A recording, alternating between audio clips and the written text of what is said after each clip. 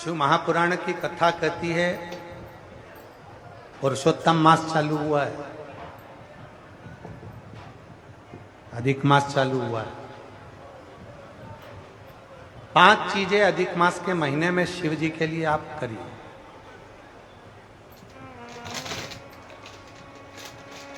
तीन वर्ष में एक बार अधिक मास आता है, पुरुषोत्तम मास आता है। हम पूरी कथा पुरुषोत्तम मास की भी आपको कथा के बीच में कहेंगे। इसलिए पुरुषोत्तम मास में जो कथा चल रही है 3 जगह पर, एक करनाल में हो जाएगी, इसके बाद में फिर दुधाना गांव में महाराष्ट्र में हो जाएगी, फिर एक ऑनलाइन हो जाएगी। ऐसी तीनों कथा हमने अधिक मास पार्ट 1, अधिक मास पार्ट 2, अधिक मास पार्ट 3, इस नाम से हम इस कथा को दिए। पूरे पुरुषोत्तम मास में, अधिक मास में आपको 3 कथाएं हम श्रवण कराएं, बाबा की कृपा हुई तो। और उन तीनों कथाओं का क्रम, शिव को कैसे रिझाया है। 5 चीजें धारण करो। आज 17 मई से अधिक मास प्रारंभ हुआ है, जो 15 जून तक चलेगा। इस 15 जून तक के अधिक मास में 5 चीजें अपने अंदर धारण करना है। पहले नंबर का, शिव जी को 1 लोटा जल सुबह से लेकर शाम तक के बीच में कभी भी चढ़ाना जरूर है। दूसरा, शंकर जी के मंदिर में या बेलपत्री के नीचे या तुलसी के क्यारे के पास में एक दीपक अवश्य लगाएं। चाहे सुबह लगाएं, चाहे शाम को लगाएं, तुम्हारी मर्जी पड़े तब। दीपदान जरूर करो, जल जरूर चढ़ाओ।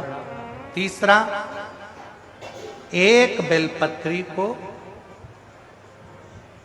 रख लें और उसी बेलपत्र को पहले दिन से लेकर 17 मई से लेकर, अधिक मास के पहले दिन से लेकर अधिक मास के आखिरी दिन तक 15 जून तक एक ही बेलपत्र को एक कागज में या किताब में उसको रख लें। उसको रोज शिव जी को समर्पित करें। श्री शिवाय नमस्तुभ्यम बोलकर अपनी कामना करें।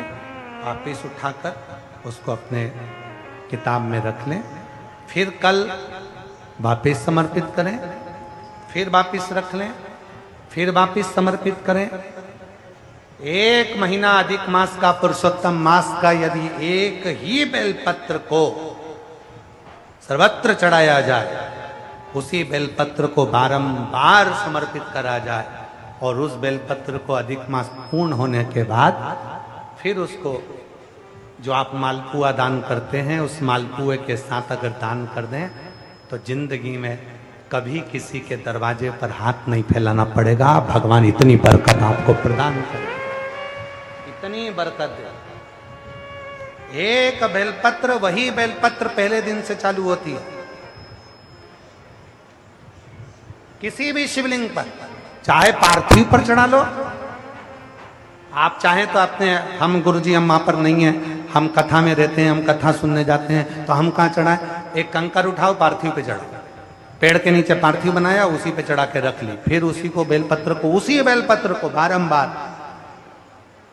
पूरे अधिक मास के महीने में 1 महीने तक उसी बेलपत्र को चढ़ाना है, उसी को रखना है। फिर आखिरी दिन जो अधिक मास पूर्ण होगा, उस दिन उस बेलपत्र को मालपुए पे रखकर शिव जी को चढ़ाकर लेके आना पहले, फिर मालपुए पे रखना और उसको रखकर फिर भगवान उस मालपुए को तुम दान। मालपुआ दान नहीं कर सकते तो तुम बतासे दान कर दो, पर मीठे के साथ उस बेलपत्र को दान किया जाए। बतासा है, मिठाई है, कोई 33 कोई भी सामग्री 33 जो मीठी हो वो रखकर आप दे सकते। कभी किसी के दरवाजे पर कितनी भी मुसीबत आ जाए, कितना भी दुख आ जाए, कितनी भी तकलीफ आ जाए, कितना भी कष्ट आ जाए, कितना भी कष्ट आ जाए, आपको किसी के आगे हाथ नहीं फैलाना पड़ेंगे। लक्ष्मी की व्यवस्था स्वयं मेरा कुबेरेश्वर महादेव, मेरा महाकाल राजा, मेरा विश्वनाथ स्वयं एक बेल वही चलती। 5 चीजें करना है आपको। पहले नंबर पर जम के बोलो जल, दूसरे नंबर पर दीप, तीसरे नंबर पर बेलपत्र, चौथे नंबर पर भगवान शंकर के मंदिर में नंदी के दोनों सींगों के बीच में से शिव के शिवलिंग का दर्शन।